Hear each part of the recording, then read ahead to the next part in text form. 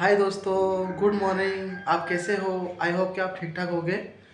तो दोस्तों, welcome to my YouTube channel new blog में आपका फिर से बहुत बहुत स्वागत है दोस्तों। तो आप सभी को पता है कि आज दशा माता का त्यौहार है। तो फ्रेंड्स, आज मेरी दीदी के घर पे दशा माता बैठा ही है। तो दोस्तों, चलो चलते हैं। तो मेरी तरफ से दोस्तों दशा माता त्यौहार की हार्दिक शुभकामनाएं। जय माता जी।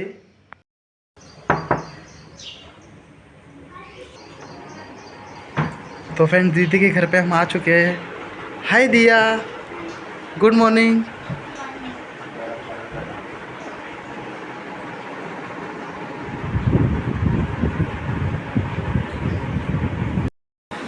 तो फ्रेंड्स, अभी आरती का टाइम भी हो, थोड़ा टाइम है, अभी आरती शुरू होगी। तो सबसे पहले आरती करेंगे। तो गाइस, ये मेरी दीदी है। Good morning. जय माता जी। जय दशा माँ। तो फ्रेंड्स, देख सकते हैं आरती की तैयारी कर रहे हैं।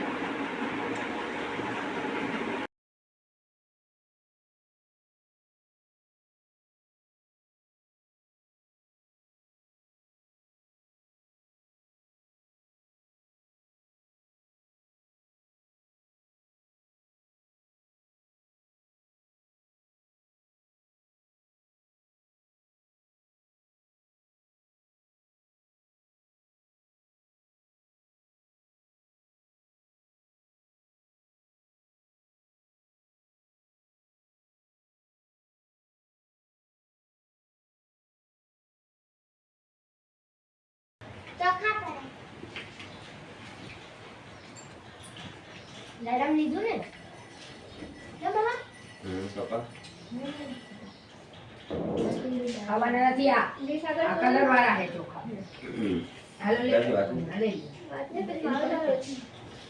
રોજ બોલી બોલી તો બીજી નથી કોઈ વાત આઈમાં એક જ છે વાત વિશે વાત આ તો નથી બી વધારે લાંબી ઈ તો એ છે લાંબી છે બીજા રાજાની છે ને નળ દમયતી હા ઈ તો લાંબી બહુ હોય આ ઘરે સતી તો બોલી દે પછી તો મને વળી કેતી તો બોલે બાપાને કઈ કે ઠાકોર ઈ વાર્તા કરે લાંબી કરો લાંબી કરો આ લાંબી વાર્તા કર પછી તો તું કેલી કરે બાપાને કઈ કઈ ઠાકોર એક વાર કરે 10 દી ની અંદર એક જ વાર કરે તાલ તો દે આ કઈ હે બોલ હા ગણપતિ ની મસ્ત ઈ વાત બહુ મજા આવી તા પાંચ પેજ છે 6 પેજ 6 પેટી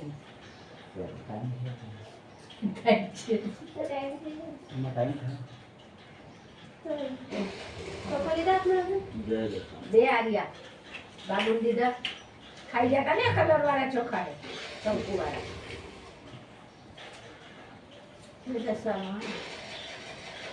પ્રાચીન કાળમાં નૈષદ નામે એક સુંદર નગર હતું. જેનો રાજા નળ અત્યંત સ્વરૂપવાન હતો.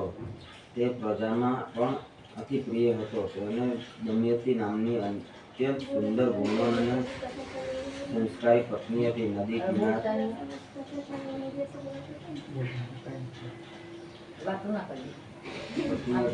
કિનારે રાજા રાણીનો સુંદર મહેલ હતો आवेलो હતો. राजा तो दोस्तों, अभी दशा माता की कथा शुरू हो रही है, आप ध्यान से सुनिएगा। ઘરમાં વ્યસ્ત રહેતો હતો. સાંજે તે આ મહેલમાં પાછો ફરતો. એક દિવસ સવારે રાજા પ્રાત ક્રિયાઓ પતાવી રાજાશાહી પોશાકમાં સજ્જ થઈ રાજ દરબાર ગયો. ત્યારે રાણી એકલી પડી દમયંતી જરૂરથી બેઠી દૂર દૂરના દ્રશ્યો નિહાળી રહી હતી. ત્યાં થોડે દૂર સરોવરના કિનારે કેટલીક સ્ત્રીઓ શણગાર સજી હાથમાં પૂજાનો થાળ લઈ પૂજા કરતી હતી. દમયંતીને કુતૂહલ ઉત્પન્ન થયું કે આ સ્ત્રીઓ શું કરતી હશે.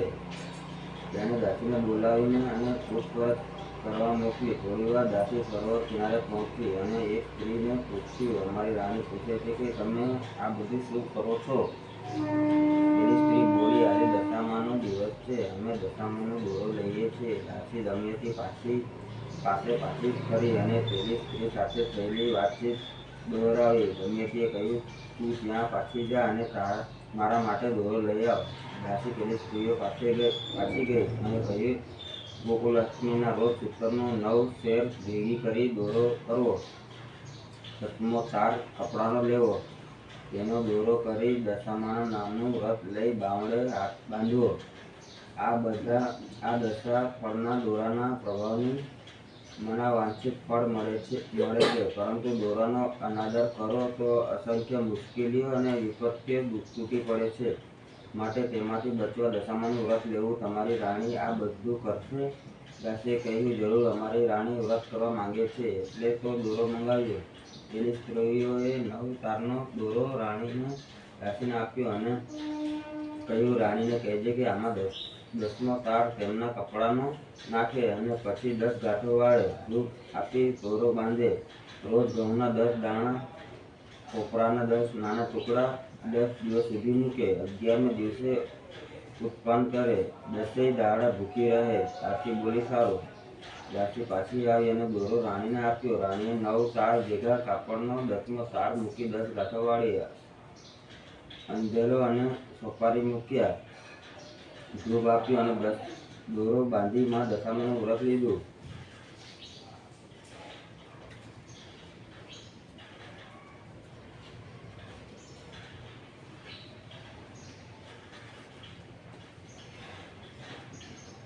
આ બધું નળ રાજા શિકાર ગયેલા. તે ઘેરે આવ્યા અને જોયું તો રાણી દમયંતી સોળે શણગાર સજી બેઠી હતી. શણગારમાં દોરો પણ હતો. રાજાએ પૂછ્યું, આ દોરો શેનો છે? રાણીએ કહ્યું, આ દશા ફળનો દોરો છે. માં દશામાનું વ્રત લીધું છે.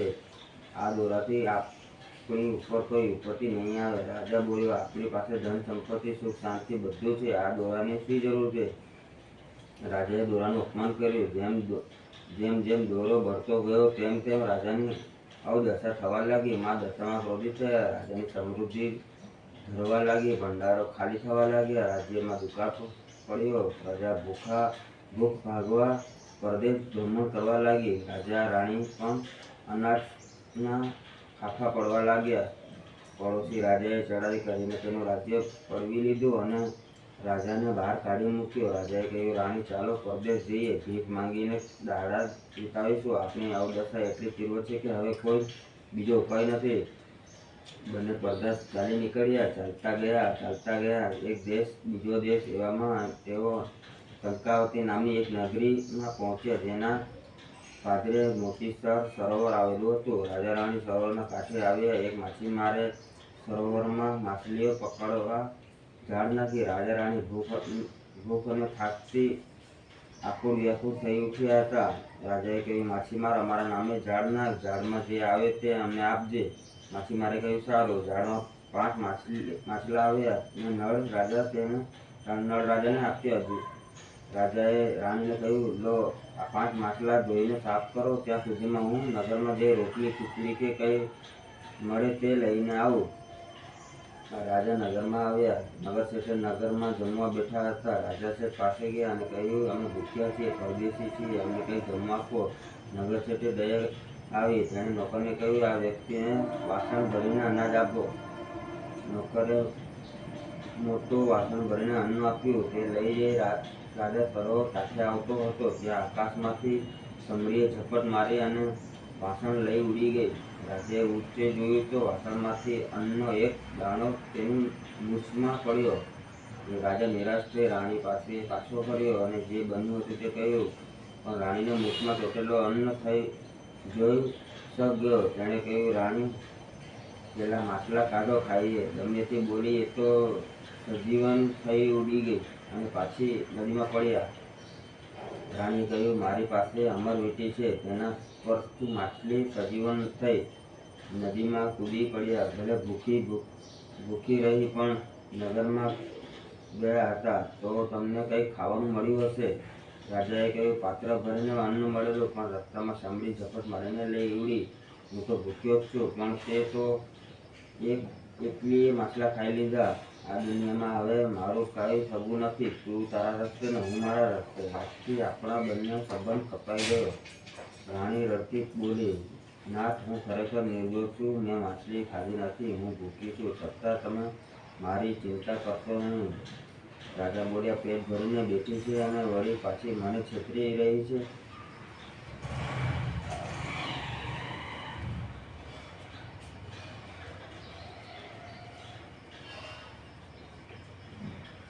રાત પડી. બંને ઊંઘી ગયા. મધરાતે રાજા જાગ્યો અને રાણીને એકલી મૂકી જતો રહ્યો. ચાલતો જતો હતો ત્યાં તેણે જંગલમાં ભયાનક દાવાનળ ભગભૂકતો જોયો. તેમાં એક સાપ પણ બળતો હતો. નળને દયા આવી અને તેને બળતો બચાવી લીધો. સાપને વાચા ઉઠી તેણે કહ્યું, હું તારા ઉપર પ્રસન્ન છું, તું માંગ, હું તને જરૂર આપીશ. રાજાએ કહ્યું, તારી કાળી કાયાને આપ મને મારી ગોરી કાયા તું લઈ લે. સાપે તેનું ખોડિયું નળને આપ્યું ને તો નળ કાળાવાનની કદરૂપો કાયા ધરાવતો થઈ ગયો. નળ આગળ ચાલ્યો અને જંગલ વટાવી એક નગરના પાદરે પહોંચ્યો. ત્યાં નદી આગળ એક અશ્વપાલક ઘોડાને નવડાવતો હતો. નળે તેને કહ્યું, મિત્ર, તારો રાજા મને કોઈ નોકરી રાખશો? અશ્વપાલકે કહ્યું, ચાલ, હું તને તેની પાસે લઈ જાઉં. બંને રાજા પાસે ગયા. રાજાએ પૂછ્યું, તને શું કામ આવડે છે? નળે કહ્યું, ગમે તેવા ઘોડાને હું પાવરધો કરી શકું છું, નિર્બળ ઘોડાને પાણીદાર કરી શકું છું. રાજાએ તેને નોકરી રાખી લીધો. આ બાજુ દમયંતી જાગી તે રાજાને ન જોતા કંપાત કરવા લાગી. હવે હું ક્યાં જાઉં તે વિચારી રહી. આખરે તેણે મા બાપ પાસે પાછા જવાનો વિચાર કર્યો. પિયર આવ્યું ત્યારે ગામ બહાર તુએ એક દાસીને માળની ભરતી જોઈ. દમયંતી તેની પાસે આવી અને પૂછ્યું, બેન, મને રાણી પાસે કોઈ કામ અપાવીશ? જરૂર, દાસી બોલી. રાણીને જોઈને કહ્યું, હે ગરીબડી, નોકરી માંગે છે? રાખીશું, રાખી લે. રાણી બોલી. દાસીએ દમયંતીને પૂછ્યું, શું કામ કરીશ? દમયંતી બોલી, કોઈ પણ કામ બતાવો તે કરીશ. દાસીએ દમયંતીને રાજમહેલમાં રાણી પાસે લઈ ગયા.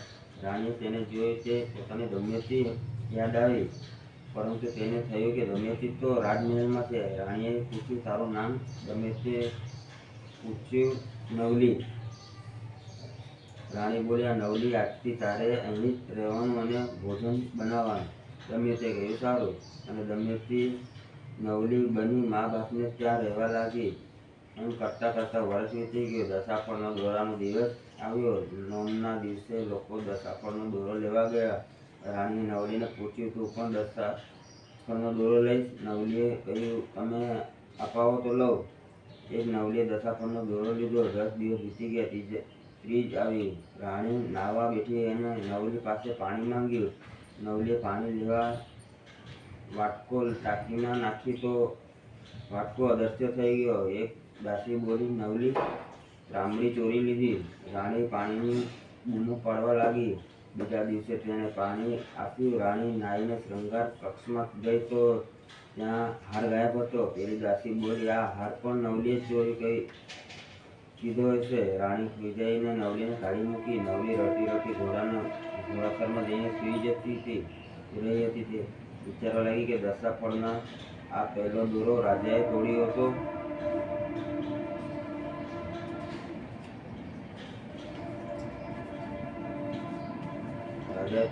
વન ભટકવું પડ્યું. મા બાપને ત્યાં આવી તો હારની ચોરીનું આડ માથે આપ્યું. હવે શું કરવું તે મનોમન દશામાં જાગવા લાગી. હે માં, હવે તો સામે જુઓ, તમારો આ બીજો દોરો લીધો તોય મને ચોર ઠરાવવામાં આવે છે. એમ કરતી કરતી કોઈ ઊંઘી ગઈ. સપનામાં તેને ઈષ્ટદેવ દેખાઈ દીધા અને કહ્યું, હવે દશામાં તારી ઉપર પ્રસન્ન થયા છે. હવે તારા સૌ સારાવાના થશે. તું દશામાનું નામ લઈ દોરો છોડ અને દશામાના દીવા કર. નવલી બોલી, પણ દીવા શેના કરું? મારી પાસે તો કંઈ જ નથી.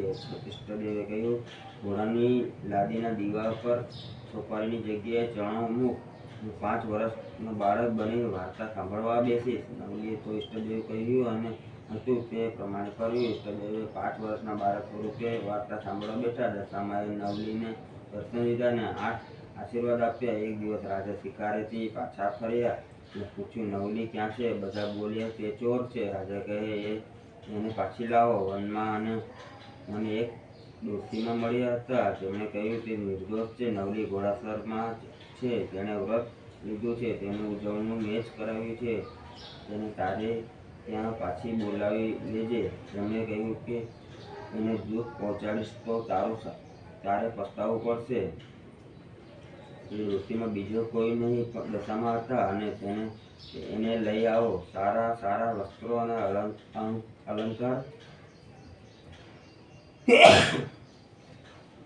અલંકાર પહેરાવો. ભરપેટ જમાડો. સૌ નવલીને પાછી તેડી આવ્યા. ઘેર આવીને જોયું તો હાર ટોડલે જ હતો અને તાંબડી ટાંકીમાં હતી. સૌએ નવલીને પૂછ્યું, તું કોની પૂજા કરે છે? નવલીએ કહ્યું, દશામાની. ઘોડાની લાડમાંથી દીવો કર્યો તો પણ તેમણે મને દર્શન દઈ આશીર્વાદ આપ્યા. થોડી વાર પછી રાજા તેની પાસે આવ્યા અને કહ્યું, તું કોણ છે? તે સાચું કહે તો તું સાક્ષાત લક્ષ્મી મારા ઘેર પધારી છે. નવલી રાજાને પગે પડી અને કહ્યું, હું તમારી પુત્રી દમયંતી છું. મેં દશામાનો દોરો લીધો હતો, પણ મારા પતિએ અજ્ઞાનમાં તે તોડી નાખ્યો, જેથી મારી આ અવદશા થઈ. એમ કહી પ્રારંભથી અંત સુધી જે બન્યું તે રાજાને સવિસ્તર કહી સંભળાવ્યું. રાજા દમયંતીને ખૂબ સાર સંભાળ રાખવા લાગ્યો. દિવસો ઉપર દિવસો વીતવા લાગ્યા. રાજાએ એક દિવસ રાણીને કહ્યું, આપણે દમયંતીને ફરી પરણાવી તો કેવું? કદાચ નળ રાજા અત્યાર સુધીમાં તો મરી પણ ગયો હશે. દમયંતીએ કહ્યું, પિતાજી, મારે ફરી લગ્ન કરવું નથી. નળ જ મારા પતિ છે, પણ તેમને શોધવા કેવી રીતે એમ કહો. સ્વયંવર માંડો. દેશ પ્રદેશમાંથી રાજાઓ આવશે. નળ પણ આવ્યા વિના નહીં રહે. મારા રાજાના હાથમાંથી અગ્નિ ઝરે છે, એટલે તે ગમે તે રૂપમાં હોય એને ઓળખી પાડીશ અને તેને વરમાળા પહેરાવીશ. દમયંતીની વાત માની રાજાએ સ્વયંવર આયોજન કર્યું. દેશના રાજાઓ આવ્યા. નળ જ્યાં ઘોડાઓની તાલીમ આપતો તે રાજાને પણ આમંત્રણ મળ્યું. રાજાએ નળને કહ્યું, ચાલો તો આપણે પણ સ્વયંવરમાં જઈએ. સારામાં સારો પાણીદાર અશ્વકાળ અને તું રથ હાંકજે. નળે રથ તૈયાર કર્યો. નળ અને તેનો રાજા દમયંતીના પિતાની નગરીમાં આવ્યા. બધા રાજા આવી ગયા ત્યારે દમયંતીના પિતાએ ઢંઢોરો પીટ્યો.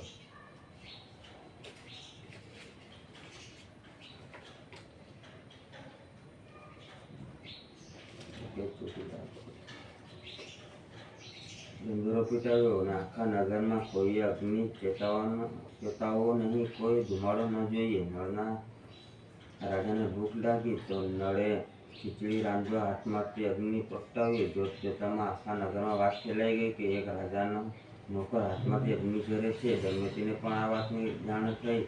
તેને ખાતરી થઈ ગઈ કે તે બીજા કોઈ નહીં પણ મારા નળ રાજા જ હશે. તેણે હાથણી શણગારી અને કળશ લઈને બેસીને દમયંતી હાથણી હંકારી. રાજાઓ કતારબંધ ઊભા હતા. પહેલો રાજા, બીજો રાજા, ત્રીજો રાજા એમ કરતા કરતા હાથણી નળ પાસે આવી તો કળશ તેની ઉપર ઢોળ્યો. બધા રાજાઓ ક્રોધે ભરાયા અને અંદરો અંદર ગુપચુપ કરવા લાગ્યા કે હાથણીને ફરી શણગારો અને કળશ ફેરવો કે જેથી યોગ્ય વ્યક્તિ ઉપર ઢોળે. ફરી હાથણીને કળશ સાથે ફેરવામાં આવી. પહેલો રાજા, બીજો રાજા, ત્રીજો રાજા એમ કરતા કરતા હાથણી નળ પાસે આવી તો કળશ તેની ઉપર ઢોળ્યો. હવે તો રાજાઓ પણ વિચારમાં પડ્યા કે તેવામાં દમયંતી નળના પગે પડી અને નળને વરમાળા પહેરાવીને કહ્યું, હે નાથ, મેં તમને ઓળખ્યા છે. હવે તમે તમારી કાયા બદલી અસલ રૂપમાં આવી જાઓ. નળ રાજાએ સ્વપ્નનું સ્મરણ કર્યું અને પોતાની કાયા સાથે અદલાબદલી કરી. કાળા મેચ વર્ણનો નોકર તેજસ્વી જાજરમાં રાજામાં ફેરવાઈ ગયો. હવે સૌએ નળને ઓળખ્યો. નળ અને દમયંતી હવે સુખેથી સાથે રહેવા લાગ્યા અને આનંદ કિલોલ કરી રહ્યા છે. દિવસો ઉપર દિવસો વીતતા ગયા. નળ રાજાના રાજ્યમાં લોકો તેમને તેડવા આવ્યા અને તેમને અત્યંત ભાવપૂર્વક આજીજી કરી. તેમના રાજ્યમાં પાછા ફરવા વિનંતી કરી. નળ અને દમયંતી પણ માની ગયા કે દમયંતીના પિતાએ પણ નળ અને દમયંતીને અઢળક ધન આપી વિદાય કર્યા. રસ્તામાં કંકાવતી નગરી આવી. નગરીના પાદરે મોટી સરોવરમાં પાણી ફળફળી વિલાસ કરતા વહી રહ્યા હતા. નળના અને દમયંતીને સરોવર કાંઠે ઉતાર્યા અને જોયું તો માછલાનો દરિયો પડ્યો હતો. અચાનક માછલા સોનાના બની ગયા. રાણીએ તે લઈ લીધા. તેઓ આગળ વધ્યા. તેવામાં નગર શેઠનું નગર આવ્યું. ત્યાં ઉતર્યા તો ધાન પતરાવર પોળી સોનાના થઈને પડેલા જોયા. રાજાએ તે લઈને પાછું મૂક્યા. દશા પરના દોરાને તેમની ફરી સારી દશા લાવી દીધી. હજી આગળ વધ્યા તો નળની બહેનનું ગામ આવ્યું. નળ રાજા તેની બહેનને મળવા ગયો અને બહેને નોકરને પૂછ્યું, મારા ભાઈ ભાભી મને મળવા આવે છે તો તેમના હાલ કેવા છે? નોકરે કહ્યું, પૂછશો નહીં. અત્યારે તો તેઓ ધન સમૃદ્ધિના તેજથી ઝગમગે છે. તો તેમને આગલે બારણેથી લઈ આવો.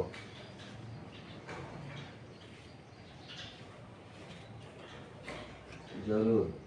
નળ અને દમયંતી આવ્યા. બંને જણ બહેનના ઘેર જમવા બેઠા. નળ એક કોળિયો સોનાની વીંટી ઉપર મૂકતો હતો અને બીજો મોંમાં મૂકતો હતો. બહેને પૂછ્યું, આ શું કરો છો? નળે કહ્યું, બહેન, આ બધું માનપાન ધનને આભારી છે. પહેલાં અમારી નબળી દશા હતી ત્યારે તમે મને ખીચડી અને ઢોકળા ખાવા આપ્યા, જે મેં ભોયમાં ભૂલાડેલો. આજે દશામાની કૃપાથી અમારી ફરી દશા આવી છે. ત્યારે સરોવર ધન આપ્યું. સરોવર કિનારે સોનાના માછલા મળ્યા અને તેથી પતરાવળ ધનમાં અને કોળી પણ સોનામાં મળ્યા છે. તેથી આ માનપાન ધનના લીધે નહીં તો બીજા શેના લીધે છે? બહેને કહ્યું, હું તો આ વિશે કંઈ જાણતી નથી. રાજા બોલ્યો, ચાલો જમીને ખોદીને બતાવો. રાજાએ જમીન ખોદીને જોયું કે ખીચડીના ઢોકળા બધું સોનાનું થઈ ગયા છે. કરમની કઠણે રાજા નળ દમયંતીની ઉપર માતાની કૃપા ઉતરી અને તેઓ માલામાલ થઈ ગયા. દશા ફળના દોરોથી રાણી દમયંતી વ્રત ફળ્યા. વ્રતના પ્રભાવથી મા દશામાં સૃષ્ટિમાન થયા છે. તે જ રીતે સર્વ દ્વારા દશામાં સૃષ્ટિમાન થાવ. બાંધતી નહીં તે ઘડતે દાડે હર પડ હર વિપળે કૃપા કરજો. જય દશામાં. જય દશામાં.